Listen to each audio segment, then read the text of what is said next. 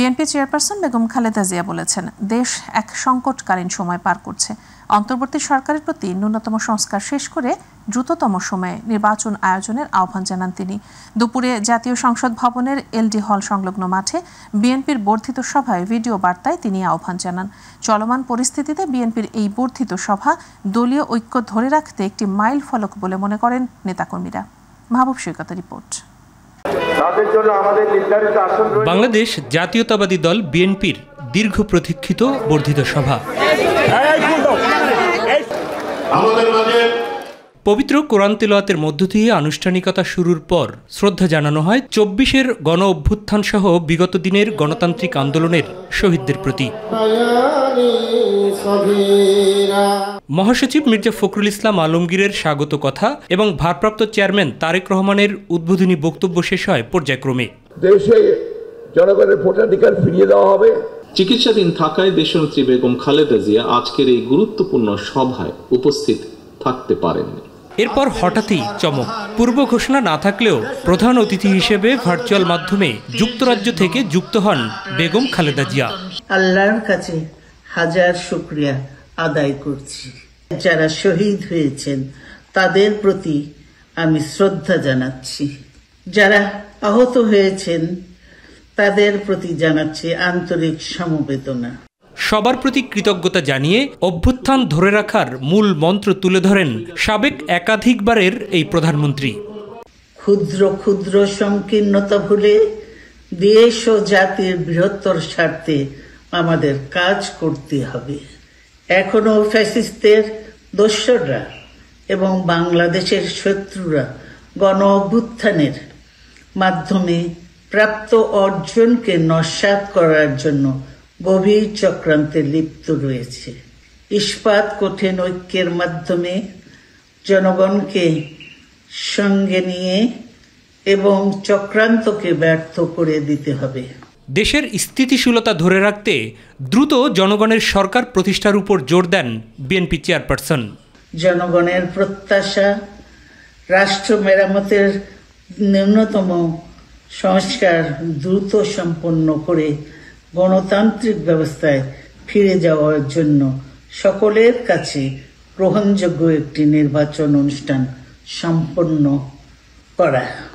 দলীয় আধ্যাত্মিক ও রাজনৈতিক প্রধানের নির্দেশনা নিয়ে দল এবং দেশ গঠনে মনোনিবেশ করার কথা জানান সর্বস্তরের নেতারা। আজকে একটা সুন্দর পরিবেশে বিএনপির একটা বর্ধিত সভা স্লোগান, সেটা হচ্ছে সুদৃঢ় ঐক্য, রুখে দেবে সকল ষড়যন্ত্র।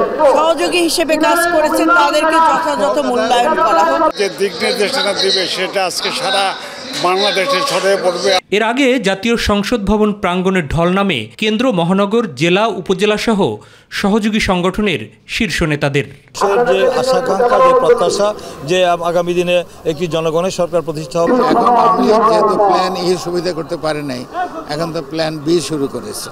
আবার সেজন্য সাবধান থাকতে হবে। এই সময়টাই আমাদের জন্য খুব গুরুত্বপূর্ণ। আমাদেরকে জাতীয় ঐক্য গড়ে তুলতে হবে। আগামী দিনে জনগণের পাশে থেকে জনগণকে পাশে রেখে দেশ গঠনের জন্য এই তৃণমূল নেতাদেরও নির্দেশনা দিয়েছেন বিএনপির শীর্ষ নেতৃত্ব। সেই নির্দেশনার আলোকে স্থানীয়ভাবে দল গড়ে তোলে আগামী দিনের নির্বাচনে কাঙ্ক্ষিত ফলাফল আসবে বলে মনে করেন এই বর্ধিত সভায় অংশ নেওয়া প্রত্যেকে। মাহবুব সৈকত, মাই টিভি, এলইডি হল, জাতীয় সংসদ, ঢাকা। রাজপথের জাতীয় ঐক্য বিনষ্ট করতে সুকৌশলে অপচেষ্টা চলছে বলে মন্তব্য করেছেন বিএনপির ভারপ্রাপ্ত চেয়ারম্যান তারেক রহমান। তিনি বলেন, রাষ্ট্রের স্বাধীনতা ও সার্বভৌমত্ব রক্ষায় রাজনৈতিক ক্ষমতায়নের কোনো বিকল্প নেই। স্থানীয় নির্বাচন আগে হলে তা ফ্যাসিস্টদের পুনর্বাসনের সুযোগ দেবে বলেও মনে করেন তারেক রহমান। বিএনপির বর্ধিত সভায় তিনি এসব কথা বলেন। ইউসুফ আলী রিপোর্ট। দীর্ঘ প্রায় ৬ বছর পর সংসদ ভবনের এলডি হলে বর্ধিত সভার আয়োজন করে বিএনপি।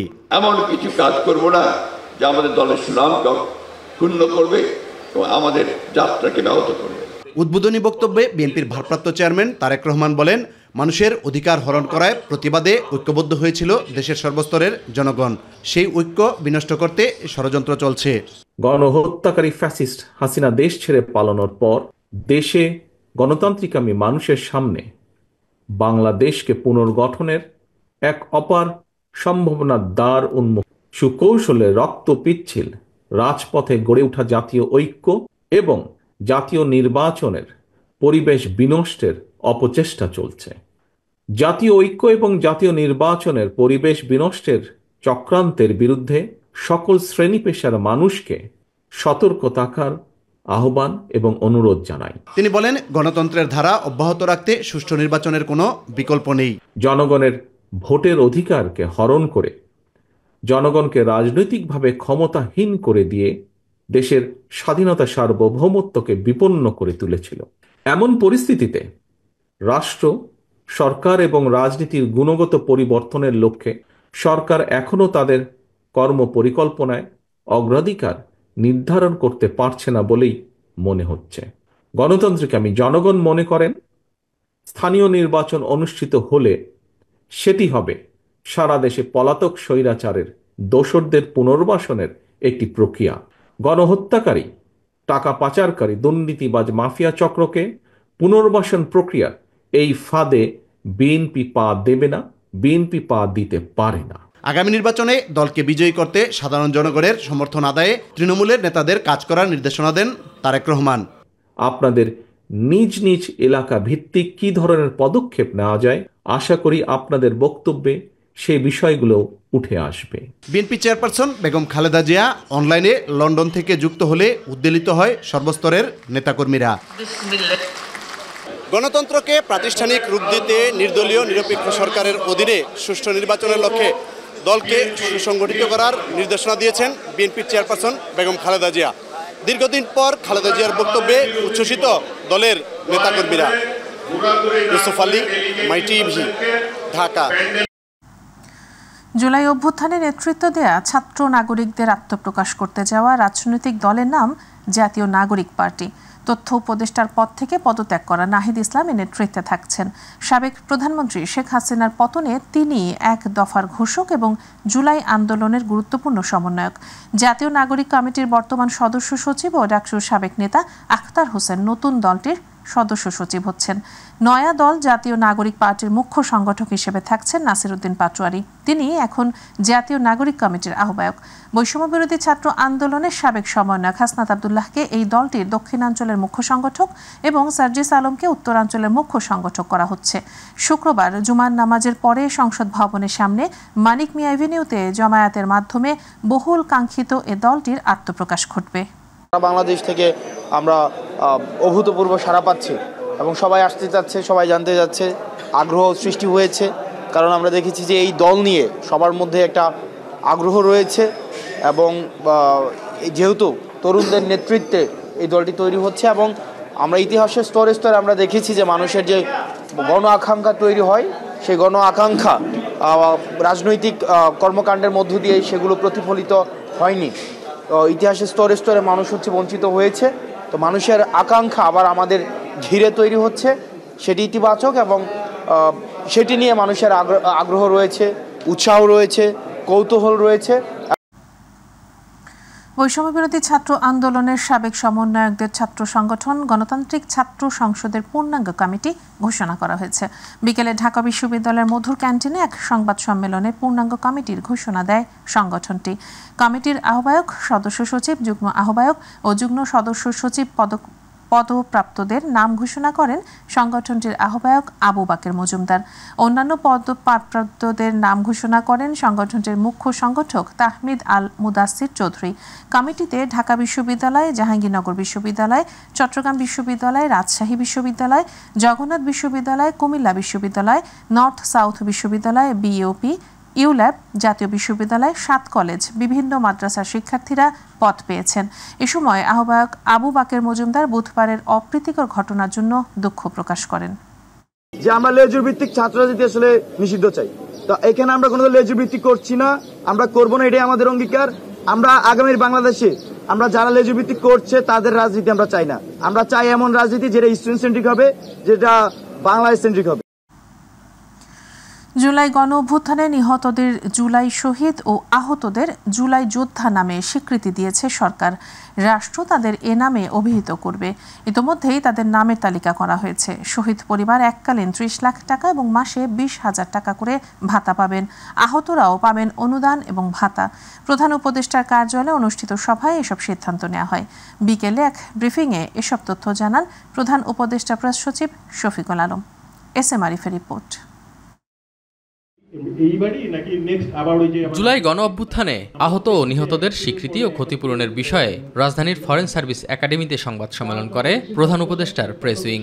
শহীদের সংখ্যা 834 জন, এটা হলো গ্যাজেটেড, কিন্তু আপনার মনে রাখতে হবে যে অনেক শহীদের কে আমরা এখনো আমাদের কিন্তু এই ইনভেস্টিগেশন চলছে, আমরা কিন্তু আরও সার্চিং করছি, কেননা ইউএনের হিসাবে কিন্তু এটা 1400-র মতো। প্রেস সচিব শফিকুল আলম জানান, এককালীন 30 লাখ টাকা ও মাসে 20,000 টাকা করে পাবেন শহীদ পরিবার। এই বছর যে অর্থ বছর, যে অর্থ বছরটা যেটা শেষ হবে জুনের 30 তারিখে, সেই অর্থ বছরে সঞ্চয়পত্রের মাধ্যমে তারা 10 লাখ টাকা পাবেন। আর 2025-2026 অর্থ বছর, যেটা জুলাই শুরু হবে এবং শেষ হবে জুন 2026-এ, সেই সময় আরও 20 লক্ষ টাকার তারা সঞ্চয়পত্র পাবেন। শহীদ পরিবারের সক্ষম সদস্যগণ সরকারি ও আধা সরকারি চাকরিতে অগ্রাধিকার পাবেন। আহতদের চিকিৎসায় 3টি ক্যাটাগরি করেছে সরকার, তবে এ নিয়ে আহতদের মধ্যে অসন্তোষ রয়েছে। এ বিষয়ে প্রেস সচিব জানান, গুরুত্ব বুঝেই সিদ্ধান্ত নেওয়া হয়েছে। মানবিক বিষয়টা তো আমাদেরকে দেখতে হবে। অনেকে 2 চোখ হারিয়েছেন, অনেকের পা কেটে ফেলতে হয়েছে, অনেকের হাত কেটে ফেলতে হয়েছে। এটা তো এই যে মানবিক বিষয়টাকে সামনে রেখে এই কাজটা এই ক্যাটাগরি করা হয়েছে। উপযুক্ত চিকিৎসা সহ জুলাই যোদ্ধা হিসেবে এ ক্যাটাগরির আহতরা এককালীন 5 লাখ ও মাসিক 20,000 টাকা, বি ক্যাটাগরির আহতরা এককালীন 3 লাখ ও মাসিক 15,000 এবং সি ক্যাটাগরির আহতরা এককালীন 1 লাখ ও মাসে 10,000 করে টাকা পাবেন। এছাড়া কর্মসহায়কদের প্রয়োজনীয় প্রশিক্ষণ ও পুনর্বাসন সুবিধা সহ সরকারি বিভিন্ন সুযোগ সুবিধা প্রদান করা হবে। আমরা মনে করি যতদিন বাংলাদেশ থাকবে জুলাই যোদ্ধাদেরকে কেউ ভুলবে না। SM Arif, MyTV, Dhaka. সেনাপ্রধান জেনারেল ওয়াকারুজ্জামান বলেছেন, সেনা সদস্যরা দেশের প্রয়োজনে স্বতঃস্ফূর্তভাবে দায়িত্ব পালন করবে এবং প্রয়োজনে নিজেদের জীবন উৎসর্গ করতে প্রস্তুত থাকবে। সকালে রাজশাহী সেনানিবাসে শহীদ কর্নেল আনিস প্যারেড গ্রাউন্ডে বাংলাদেশ ইনফ্যান্ট্রি রেজিমেন্টাল সেন্টারে 7ম কর্নেল অব দি রেজিমেন্ট অভিষেক অনুষ্ঠানে তিনি একথা বলেন। সেনাপ্রধান এ সময় আরও বলেন, বাংলাদেশ সেনাবাহিনীর রেজিমেন্ট আধুনিকায়ন হয়েছে। নতুন নতুন ইউনিট প্রতিষ্ঠা, আধুনিক অস্ত্র সরঞ্জামাদি সংযোজন সহ ও উন্নয়ন কল্যাণমুখী কার্যক্রম অন্তর্ভুক্ত রয়েছে। এতে সেনাবাহিনীর সক্ষমতা বৃদ্ধি পেয়েছে। এর আগে বাংলাদেশ ইনফ্যান্ট্রি রেজিমেন্টাল সেন্টারে 7ম কর্নেল অব দি রেজিমেন্ট হিসেবে অভিষিক্ত হন সেনাবাহিনীর প্রধান জেনারেল ওয়াকারুজ্জামান। আমি আশা করব বাংলাদেশ ইনফ্যান্ট্রি রেজিমেন্টের প্রতিটি সদস্য তাদের উপর অর্পিত দায়িত্ব সর্বোচ্চ শৃঙ্খলা এবং পেশাদারিত্বের সাথে পালন করবে। এই রেজিমেন্টের প্রতিটি সদস্য দেশের যে কোনো প্রয়োজনে স্বতঃস্ফূর্তভাবে দায়িত্ব পালন করবে এবং প্রয়োজনে নিজেদের জীবন উৎসর্গ করতে প্রস্তুত থাকবে। পরিশেষে একটি সুন্দর অভিষেক অনুষ্ঠান আয়োজনের জন্য আমি পাপাবীর বাংলাদেশ ইনফ্যান্ট্রি রেজিমেন্টাল সেন্টার সহ সংশ্লিষ্ট সকলকে ধন্যবাদ জানাচ্ছি। প্যারেডের অধিনায়ক সহ অংশগ্রহণকারী সকল কন্টিনজেন্ট সদস্য এবং বাদক দলকে অভিনন্দন জানাই। শুক্রবার থেকে বেক্সিমকো শিল্প পার্কের 14টি প্রতিষ্ঠান পুরোপুরি বন্ধ ঘোষণা করা হবে বলে জানিয়েছেন শ্রম কর্মসংস্থান উপদেষ্টা ব্রিগেডিয়ার জেনারেল অবসরপ্রাপ্ত M সাখাওয়াত হোসেন। তিনি জানান, 9 মার্চ থেকে এই সব প্রতিষ্ঠানের শ্রমিকদের পাওনা পরিশোধ শুরু হবে। এই পাওনা পরিশোধে সরকারকে খরচ করতে হবে 525 কোটি 46 লাখ টাকা। আজ সচিবালয়ে সংবাদ সম্মেলনে এসব কথা জানান শ্রম ও কর্মসংস্থান উপদেষ্টা। বলেন, বেক্সিমকো শিল্প পার্কের প্রতিষ্ঠানগুলোর বিষয়ে পরবর্তী করণীয় ঠিক করতে একটি উচ্চ পর্যায়ের কমিটি গঠন করা হয়েছে। এই প্রতিষ্ঠানের ঋণ প্রদানের সাথে জড়িত ব্যক্তিদের বিরুদ্ধে দুর্নীতি দমন কমিশন দুদকের মাধ্যমে ব্যবস্থা গ্রহণ এবং সংশ্লিষ্টদের বিদেশ গমনে নিষেধাজ্ঞা আরোপ সহ প্রয়োজনীয় ব্যবস্থা নিতে স্বরাষ্ট্র মন্ত্রণালয়কে চিঠি দেয়া হবে বলেও জানান শ্রম ও কর্মসংস্থান উপদেষ্টা। কোটি ও 46 লক্ষ টাকা ওনারা দিচ্ছেন, আর আমার মন্ত্রণালয় মানে শ্রম মন্ত্রণালয় থেকে লোন হিসাবে আমরা দিচ্ছি 200 কোটি, এবং যেটা বাংলাদেশ ব্যাংকের গভর্নর সাহেব বলেছেন the moment it money is drawn, ওই সময় টাকাটা উনি রিপ্লেস করে দেবেন ওই সব ব্যাংকে। এবার মাই টিভি বিশেষ।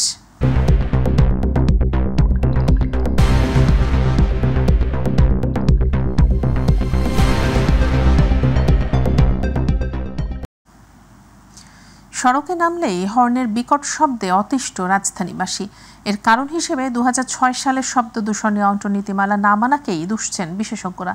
চিকিৎসা বিশেষজ্ঞরা বলছেন, রাজধানী সড়কে শব্দের মাত্রা সর্বোচ্চ 55 ডেসিবেল বেঁধে দেয়া হলেও সে নিয়ম মানছেন না কেউই। ফলে সড়কে বিরাজমান টানা উচ্চ শব্দের কারণে স্বাস্থ্য ঝুঁকিতে থাকছেন লাখ লাখ মানুষ। জাহিদ আহমেদ বাবুর বিশেষ রিপোর্ট। রাজধানীর কোনো কোনো সড়ক ফাঁকা থাকলেও উচ্চ শব্দে বেজে উঠছে গাড়ির হর্ন, আবার কোথাও ট্রাফিক সিগন্যাল পড়লেও বাজছে হর্ন। যানজটমুক্ত সড়কে নগরীর জরুরি সেবা প্রদানকারী অ্যাম্বুলেন্সের উচ্চ শব্দের সাইরেন, সব মিলিয়ে ঢাকার রাজপথ যেন এক আওয়াজের শহর। আর তাই যানবাহন চালকদের এভাবে অযথা হর্ন বাজানোর কারণে রাজধানীর শব্দদূষণ পরিস্থিতি যেন দিনকে দিন হয়ে উঠছে নিয়ন্ত্রণহীন। প্রতিনিয়ত ঢাকার রাজপথে কানের উপর এমন অযথা গাড়ির হর্নের অত্যাচারে নাজেহাল দায়িত্ব পালন করা ট্রাফিক পুলিশ, খুদে শিক্ষার্থী ও পথচারীরা। অযথা হর্ন বাজা অ্যাম্বুলেন্স বিভিন্ন সমস্যার জন্য আমাদের সমস্যা সৃষ্টি হয়। তাদের চাপা আক্ষেপের বহিঃপ্রকাশে উঠে আসে যানবাহনের এই উচ্চ শব্দ তাদের কাছে এ যেন এক নিত্যদিনের সঙ্গী। এত গাড়ি চলাচল করে এখানে আমার এর হর্নের শব্দে, অ্যাম্বুলেন্সের শব্দে আমার পুরো কানের তারা ধরে যায়, পড়তেও সমস্যা হয়, মাঝে মধ্যে এই সমস্যাটা হয়। আর তাই নগরীতে যানবাহনের এই উচ্চ শব্দ থেকে নগরীকে একটু স্বস্তি দিতে নগরীর স্বেচ্ছাসেবক কর্মীরা এখন বেশ সরব। তারা জানান, অযথা হর্ন ব্যবহার বন্ধে আইনের প্রয়োগ ও সচেতনতা তৈরির কোনো বিকল্প নেই। শব্দ দূষণের ফলে মানুষের জীবনযাত্রার মানের ব্যাঘাত ঘটছে। এখানে হর্ন বাজানো যাবে না, তারপরেও তারা দেখে কিন্তু আরো বেশি হর্ন বাজাচ্ছে। চিকিৎসা বিশেষজ্ঞরা বলছেন, মানুষের শ্রবণ শক্তি কমে যাওয়ার পাশাপাশি মস্তিষ্কজনিত রোগের কারণ হতে পারে হাইড্রোলিক হর্নের শব্দ। আমাদের ঢাকায় যে শব্দটা উৎপাদন হয় 130-40 ডেসিবেল পর্যন্ত আপনি পাবেন। অ্যাম্বুলেন্সের উৎপাদিত শব্দ আছে, ওইটা নন স্টপ বাজাইতে থাকে। 500 থেকে 1000 গাড়ি একত্রে হর্ন মারতে থাকে। এইজেড পিপল বা যাদের প্রেশার বেশি, উচ্চ রক্তচাপ আছে, কিন্তু ডেফিনেটলি ওর রক্তচাপ বাড়বে। হার্ট অ্যাটাকও করতে পারে, নট আনলাইকলি ব্রেনে স্ট্রোক করতে পারে। বয়সভিত্তিক যে শিশুদের আচরণ, এটা ডিলেট হতে পারে। ঢাকার শব্দ দূষণ প্রতিরোধে সব রকমের উদ্যোগের কথা জানান পরিবেশ অধিদপ্তরের মহাপরিচালক doctor Mohammad Kamruzzaman. Hydraulic horn যেন বা আমাদের দেশে ঢুকতে না পারে, যেগুলো অলরেডি ঢুকে গেছে সেগুলো যেন আমরা ডিসমেন্টেল করতে পারি, এই ধরনের প্রচেষ্টা আমাদের অব্যাহত আছে। তিনি জানান, জনগণ কবে সচেতন হবে সেই অপেক্ষায় না থেকে বিদ্যমান আইনের প্রয়োগ বাড়ানো প্রয়োজন।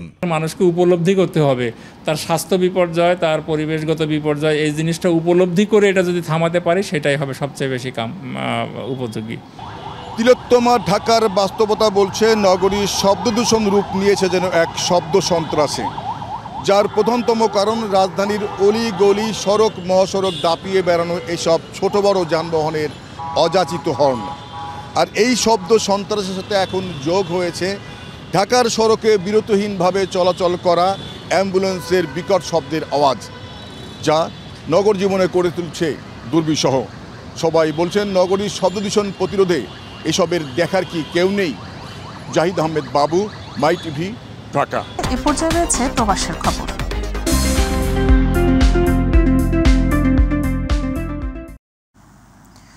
বাহরাইনে নিযুক্ত বাংলাদেশের নতুন রাষ্ট্রদূত মোহাম্মদ রুইস হাসান সরোয়ার এনডিসি দেশটির রাজা হামাদ বিন ইসা আল খলিফার কাছে তার পরিচয়পত্র পেশ করেছেন।